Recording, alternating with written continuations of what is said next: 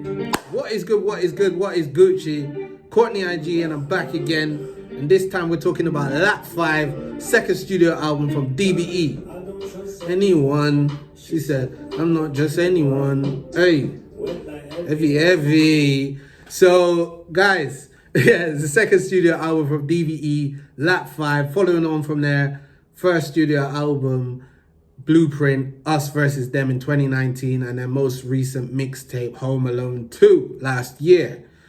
So guys, before I get into my thoughts on this body of work, let's just talk briefly about my thoughts on Blueprint.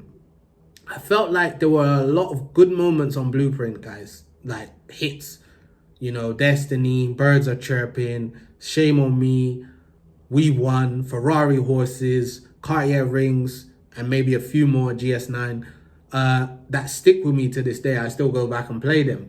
The thing that was the letdown for me, guys, was the 29 tracks opposed to 18, which is a very common critique I have across all of their recent bodies of work since Any Minute Now, because it just feels too bloated.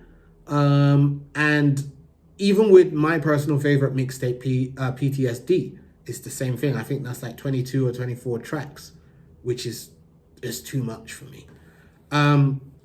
So guys, what happens with projects when they're so loaded is it loses the direction and the actual focus of the project with throwaway tracks coming in the middle.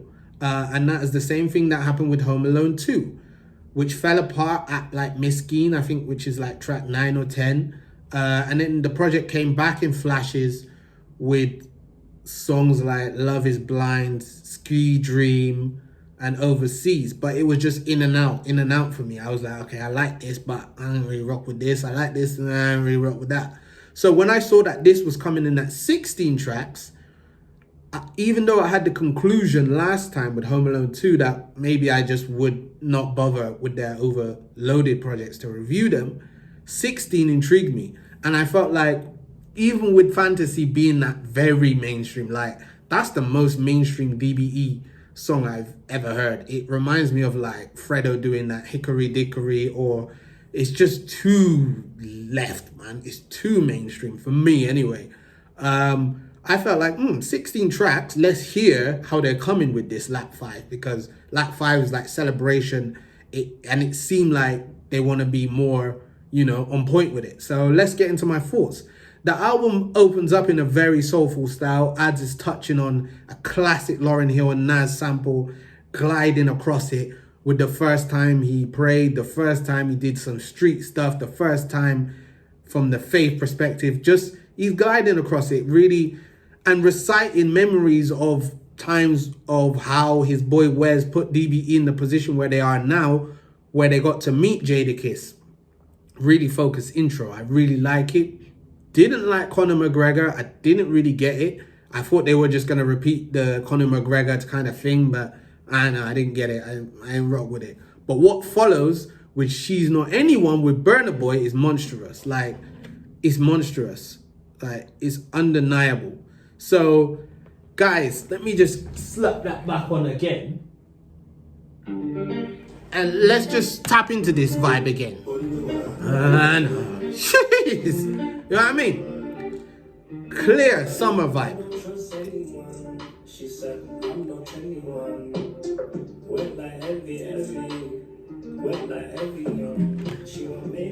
Jeez, you know what I mean? It's a clear summer standout anthem. And I just don't get why they did this so late. Like, Burna Boy is on fire. He's been on fire all year.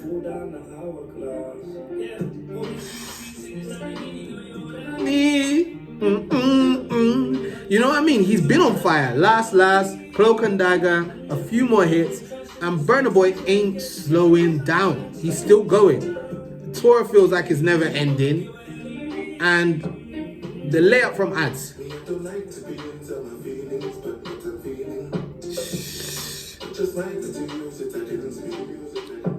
Jeez, yeah, the layup from Adz with the hook and everything he did for Burna Boy to just come in with the bossy talk, fitted perfectly for this to be the lead single for the body of work for the album. But maybe they didn't want to reveal the star single. You don't want to reveal all your aces. It's like playing poker, innit? Let me give you that fantasy. Let me make you feel like that's where we're going. And then, you know what I mean? Bob and weave. So I get it. I'm sure they're going to have to do a video for this one. They got this. It's such a banger. For win, you know, for the win, sorry. Bankroll got bigger. Black Beatles. They're all kind of similar vibe of productions, which you won't be dissimilar to because you would have got Funny Bunny Nails and No Competition on Home Alone 2. I like it. It's cool, but it doesn't really blow me away or surprise me production-wise, and I kind of heard a lot of it before. What I liked in the same kind of subject was Parcel, which to me felt like had a US influence to production again, much like the intro. West Side, YG-ish, which I can understand would do well in the States and connect with that audience as they step out and do some shows there and their tour. I really like how they also, adds an LB, tap Zoning More on Their Emotions with Really Miss You and Lonely Lovers with Ed Sheeran. For me, they always play with songs like this, but they stray off topic quite a lot. With Really Miss You, it's clear they're being open, they miss someone, a loved one, and with Lonely Lovers, they dive even deeper into that. And really, it could have been an album closer for me, guys. It could have closed out the whole body of work. It draws on the coldness, which comes from the emotions of a broken relationship and a lost one. I've heard recent features with Ed, and I feel like they haven't all worked. Like in some cases, the Big Nasty one particularly, that's the only one that didn't work for me really. Because the Russ one, yeah, I like that, it's cool. I don't know, but the Big Nasty one just sounded like a mishmash. This one really works, really relatable. I feel like you don't even need to really listen to DBE to relate to that. Of course, Ed stands out because it's really much his lane, but DBE kind of play on that lane too, so it works. The last point I want to talk about here, guys, is Ad's solo efforts on Bando, Baby Diaries, and Man in the Mirror. Let's just put some respect on those two tracks. I feel like the first sees him taking us really on a journey through the trap life, and what comes with that lifestyle for kids who kind of aspire to it or, you know, think it's glossy. But as you get deeper into the track, you really get to hear about the turbulence that comes with it, and that how turbulent it can be for a young child really ending up fighting for their life. Like, that's really deep. It grips you on every single word that he's saying, from start to finish. And then Man in the Mirror is like a concoction of all of his strengths, Ad's as an artist, from the melodies to the introspection to the openness and his conflict between the world and his faith, especially as he has people still in that lifestyle.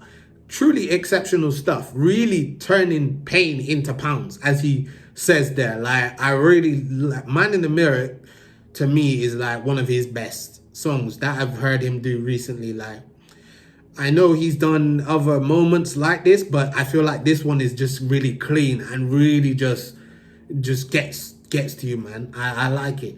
Guys, to wrap up, I really like this album. It felt really focused. It felt like they are really much more focused now. They give you a good balance of usual trap stuff amongst more mainstream appealing tracks, and some really exceptional efforts from Ads and some good ones from LB also. This is their first project under 18 tracks since Any Minute Now, and their most mature one.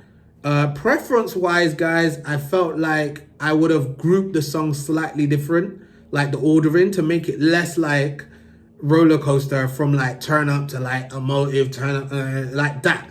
I would have just made it like more sequential, but I would say as a package, even in isolation, if you hadn't heard any other DBE, you could start here as a strong introduction into what they bring to the table in terms of subject and in terms of just production and vibe and energy.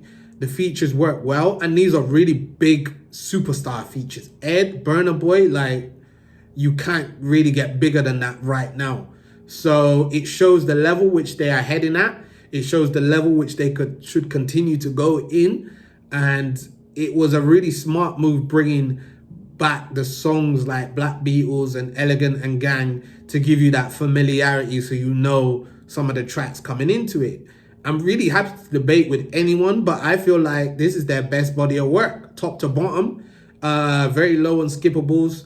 And yeah, good balance of vibes and differing production. That's the thing on the previous body of work, Blueprint. I felt like the production kind of sat in the same box. Here is better and it just sounds better. The clarity of them is better. I don't know if and when it will come out, guys, but I really want to hear a solo project from Adz as well. Like, he really, like, Man in the Mirror. And the Bando, the storytelling on Bando Baby Diaries from start to finish is just like, it's focused, it's clear. So for me, guys, top 3, She's Not Anyone, Bando Baby Diaries, If I Ruled the World, but I liked it. And I'll give it a 7.2 out of 10. Like, you might think, oh, it could have been higher. Why is it not 8? If you look at my previous reviews and scoring, you'll see that this one is higher than all of those. So yeah, 7.2, man. It's good. It's good. It's good. I liked it. Anyway, guys, you know what to do, guys. Like, comment, subscribe, inspire, enrich.